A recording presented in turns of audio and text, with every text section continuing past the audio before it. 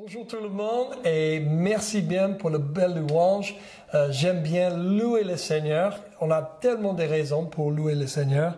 Et bienvenue à Every Nation Marseille encore. J'espère que vous avez passé un bon moment et déjà vous avez passé un bon moment avec nous. Et moi, je vais juste faire la deuxième partie de notre série, la vision. Et on va en parler un petit peu plus.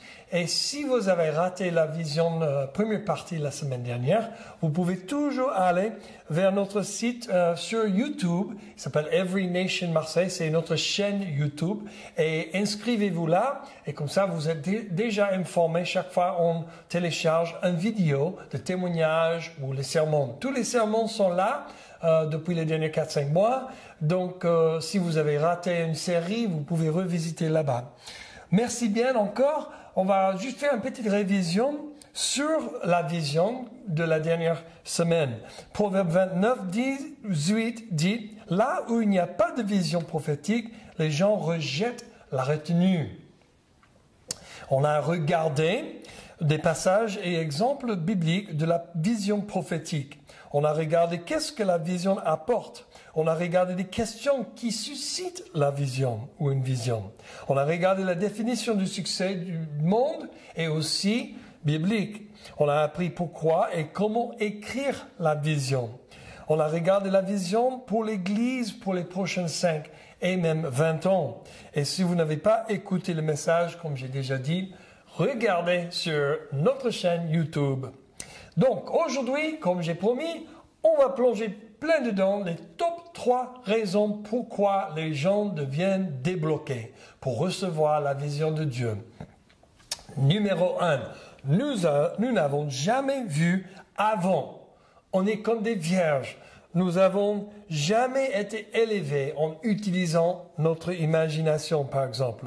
Toujours concrète, toujours pratique, toujours quelque chose que je peux toucher ou qui est vraiment devant mes yeux. Donc, c'est des gens qui sont réalistes. Il faut jamais utiliser l'imagination. Comme quelqu'un qui est né aveugle, il ne peut pas imaginer c'est quoi de voir. C'est difficile à imaginer ou même juste penser que c'est quoi ça à voir quand je suis aveugle. Et désolé, mais c'est le cas de la plupart des gens qui sont sur la terre. Ils ont du mal à imaginer quelque chose qu'ils n'ont jamais vu. C'est pour ça quand on regarde quelque chose pour la première fois, ça ouvre quelque chose en nous, une perspective, une imagination. C'est important. C'est pour ça que Dieu utilise les visions partout dans la Bible pour aider les gens. Je ne sais pas si vous savez, mais ils ont trouvé que le cerveau consomme beaucoup d'énergie pour les 5 sens. Mais la vision, c'est plus que 10 fois plus que les autres. C'est-à-dire que la vision consomme beaucoup d'énergie et ça nous apporte beaucoup aussi. Un super bon exemple d'une vision, en Actes 16, 6 jusqu'à 10, où on voit que Paul a reçu une vision qui lui a donné la direction et vraiment arrêté d'aller partout en train de chercher la volonté de Dieu. Empêchés par l'Esprit, dit Luc, l'auteur de Actes, par le Saint-Esprit d'annoncer la parole en Asie, ils traversèrent la Phrygie et la Galatie. Oh, j'ai oublié. Arrivés près de Mysie, ils se préparaient à entrer en Bithynie, mais l'Esprit de Jésus ne le leur permit pas. Ils traversèrent alors la Mysie et descendirent à Troas. Et pendant la nuit, Paul eut une vision. Un Macédonien lui apparut et le supplia. « Passe en Macédoine, secours-nous !» Waouh, quelle vision que Paul avait! Paul était en train de chercher la vision, de chercher la direction de Dieu et Dieu a répondu. C'est incroyable combien de personnes veulent s'arrêter et juste dire « Donne-moi une vision de Dieu, donne-moi une vision de Dieu ». Jésus nous a dit « Allez, faites les disciples de toutes les nations ». Il a déjà dit « Allez ». Il n'a pas dit « Arrêtez-vous, asseyez-vous, réfléchissez-vous ». C'est pas le commandement de Jésus. Il a dit « Allez ». Donc, en allant, Paul a reçu la vision pour sa vie. Et cette direction, cette vision, lui a libéré de faire en pleine force et en plein temps la volonté de Dieu. Il y a une autre vision dans l'Acte, la vision de Pierre, en fait, qui a libéré Pierre et tous les disciples des règles juives plus valables sur la nouvelle alliance avec Jésus-Christ. C'est-à-dire qu'il a eu une vision de toutes sortes des animaux qu'il pouvait manger. Et avant, c'était interdit sous les lois juives. Mais Dieu est en train de dire qu'il a tout appelé propre. Attends là, qu'est-ce qu'on peut faire? Et en fait, ça a bouleversé le monde juif et chrétien, certains, parce que la plupart des chrétiens dans l'époque, ils étaient les juifs convertis à Christ pour suivre Jésus, le Maître. Donc, dans ce sens-là, c'était un peu bouleversant de voir que nous sommes capables de manger tout ce qu'on veut. Ou même plus que ça, aller plus loin. On n'est plus sous la loi des Juifs, mais sous la loi de la liberté que le Saint-Esprit nous donne. Se retrouver en Romains 8, 1. Donc, ça c'est première raison on est bloqué. Parce que nous n'avons jamais vu avant. Deuxième raison on est bloqué, c'est que nous avons été formatés de ne pas utiliser notre imagination. Un est comme on est vierge et on ne sait pas. Le deuxième, c'est que quelqu'un ou quelques-unes ont formaté notre pensée, notre intellect, de penser dans une certaine manière, de ne pas utiliser notre imagination. Nos parents ou tuteurs nous a toujours découragés, par exemple, de rêver et imaginer un meilleur monde. Ce n'est pas la peine, personne ne peut changer le statut dans cette vie, c'est fixé, c'est les riches contre le reste, c'est un jeu de contrôle. On a tous entendu quelque chose comme ça. Nos institutions nous ont éduqués dans cette manière. On a un système, il ne faut pas imaginer un autre. Les communistes en Russie, tu penses que tu es plus intelligent que X? Ils commencent à utiliser des excuses comme ça pour coincer les gens et faire penser qu'ils sont stupides, mais en fin de compte, ils ont été menacés par les gens comme les scientifiques et les artistes qui pensent plus large, imaginent un monde qui est meilleur. C'est toujours une question de contrôle. Et si les gens qui veulent contrôler tout le monde sont menacés par quelqu'un qui pense plus large qu'eux, ils commencent à essayer de contrôler les gens.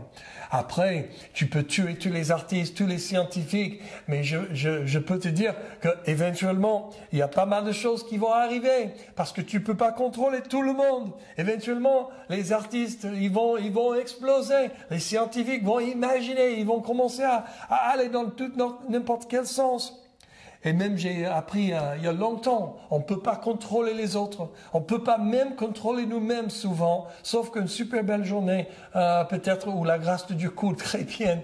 Mais franchement, l'idée d'essayer de contrôler les gens, c'est fou. Et dès que tu essaies, tu vas voir une rébellion vite fait. La culture autour de nous, peut-être, c'est notre entourage qui nous bloque dans cette formatting.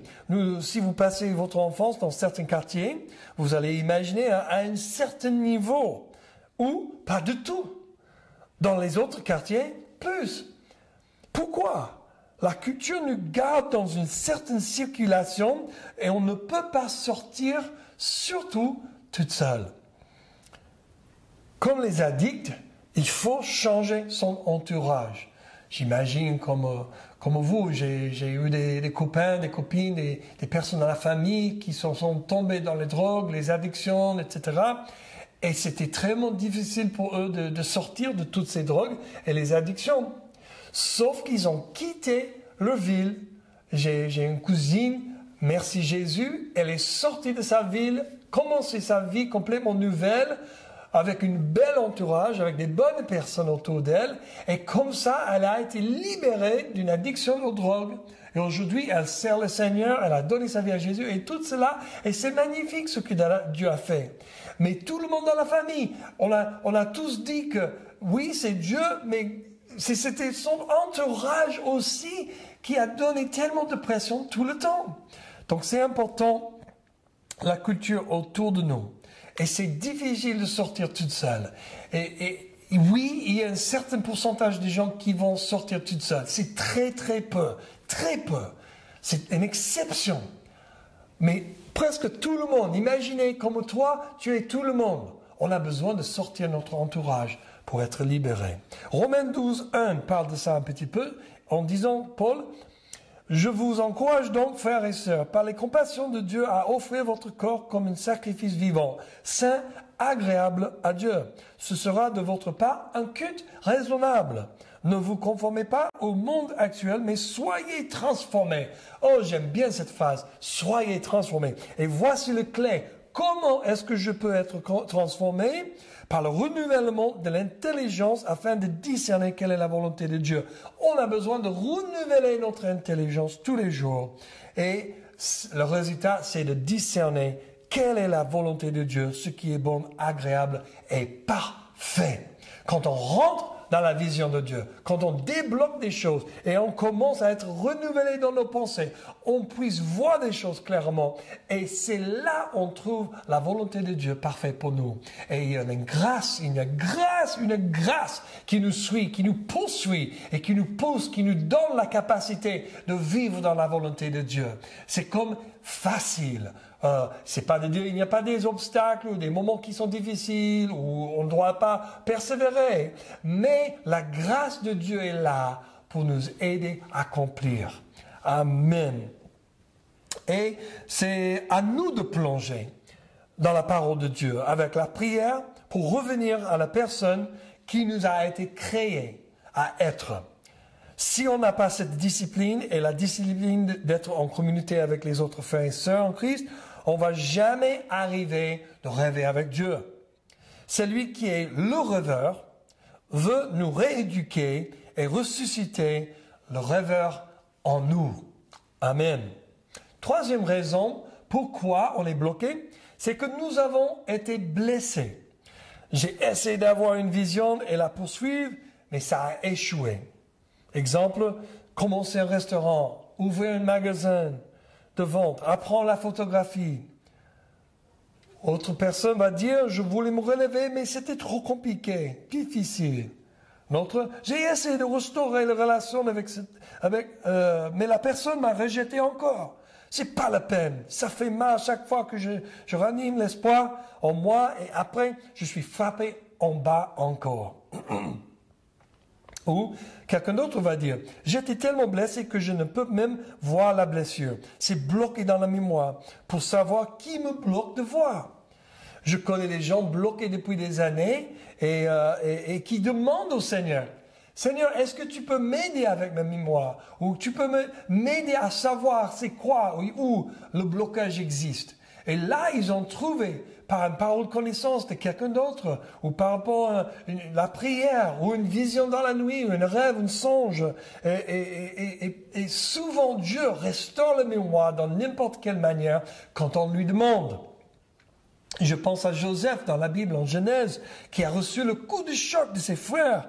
Ils l'ont rejeté énormément, et il était obligé de les pardonner et être restauré en relation avec sa famille des années après. Oh, je regarde ces blessures de notre passé, ces blessures des autorités, les blessures de n'importe quelle direction. On est tous blessés, c'est sûr. Et si vous êtes blessé aujourd'hui par une autorité spirituelle, j'aimerais bien juste prendre le temps pour dire je suis vraiment désolé. Je me repentis devant toi en disant ça ne devrait jamais se passer. Et j'espère et je prie que tu puisses le pardonner ou les pardonner et vraiment vivre dans la liberté du pardon.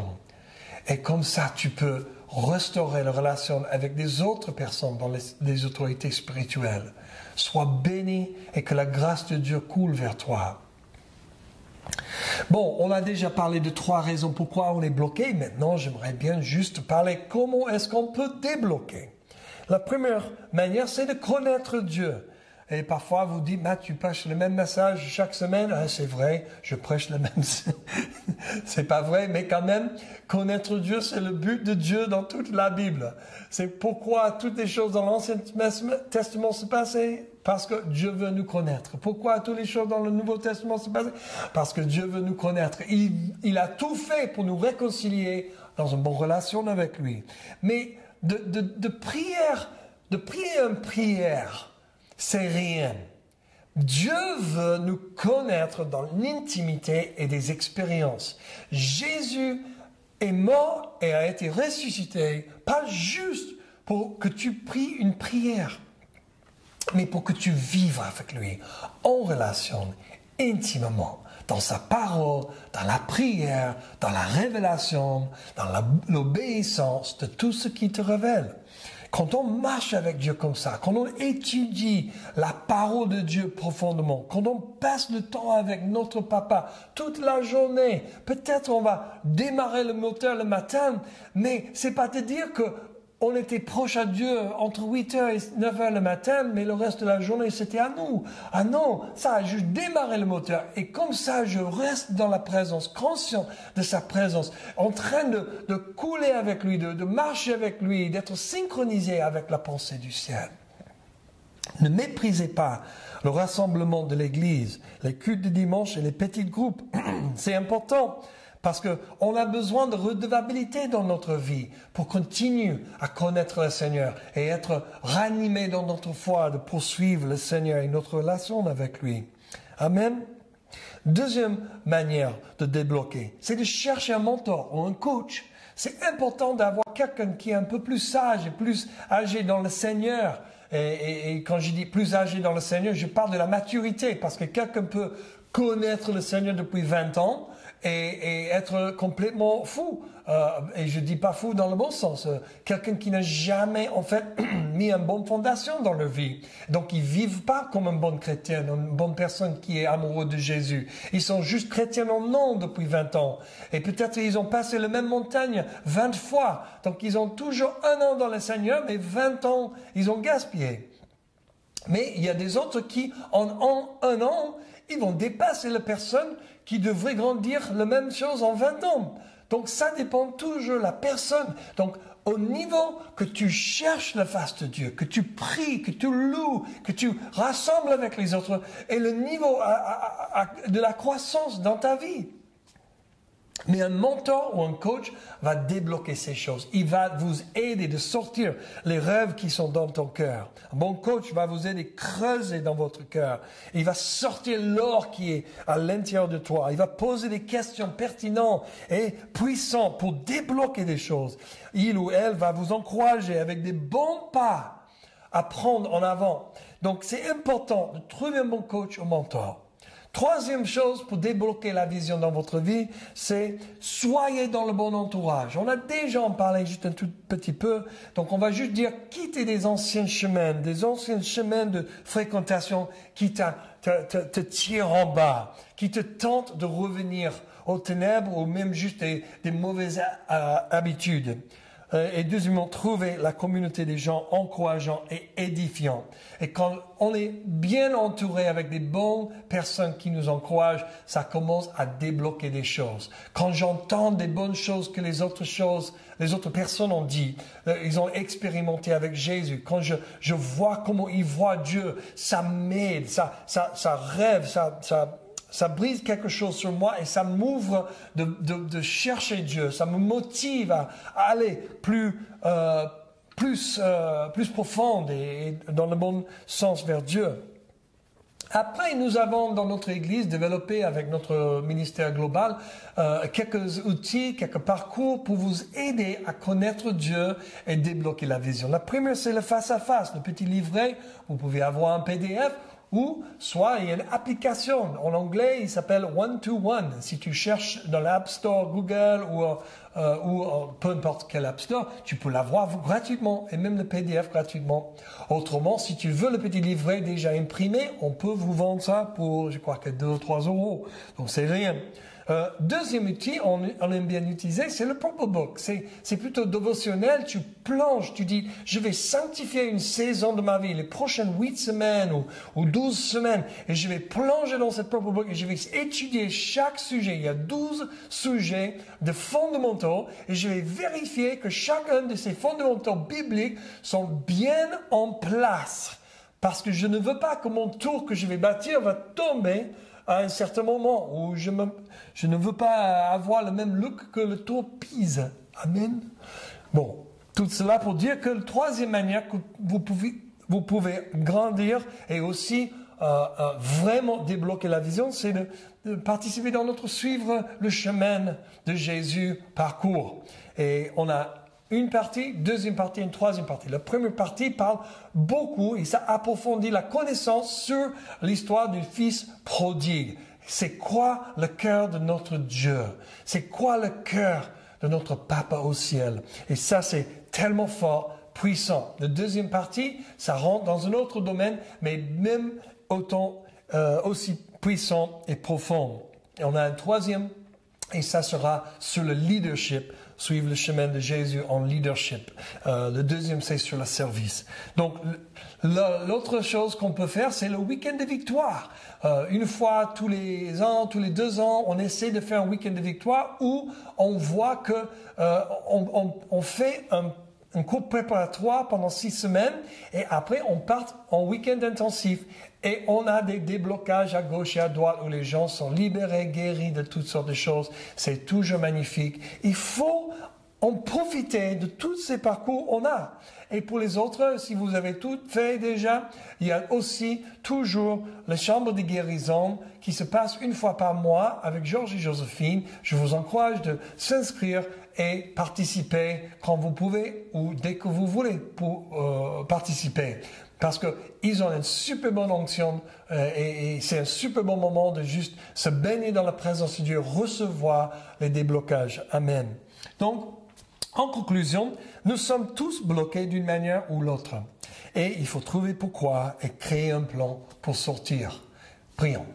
Merci Seigneur pour ce message. Merci pour ta main puissante. Merci que tu ne laisses pas où on est, mais tu as toujours un plan pour nous sortir, de continuer à grandir et croître et pousser beaucoup de fruits et porter beaucoup de fruits pour le royaume de Dieu. Je bénis chaque personne qui est là, qui écoute ce message, et je prie, Seigneur, dans ce moment, si vous avez un blocage dans votre cœur, élevez les mains et dire, Seigneur, j'ai besoin que tu débloques des choses. Montre-moi le point de blocage. Révèle à moi, Seigneur. Comme ça, je puisse vivre avec la vision de Dieu, recevoir ce que tu veux pour moi et marcher plein dedans. Au nom de Jésus, je bénis ces gens. Amen. Amen.